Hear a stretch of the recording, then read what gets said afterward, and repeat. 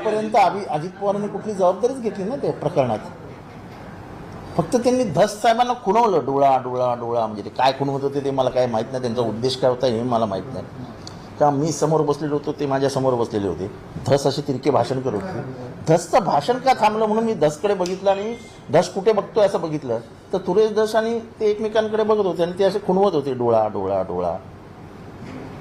पण त्यांच्या मनात काय मला माहीत नाही. पण एखाद्या पक्षाध्यक्षाचं काम आहे, कारण का मला माहिती आहे पवारसाहेबांनी कोणाकोणाचे राजीनामे घेतले. अण्णा हजारेंनी आरोप केल्यावरती सुरेश जैन, नवाब मलिक, डॉक्टर पद्मसिंह पाटील, नंतर गावित, त्यांचं नाव काय गावितांचं, राजेंद्र विजयकुमार गावित.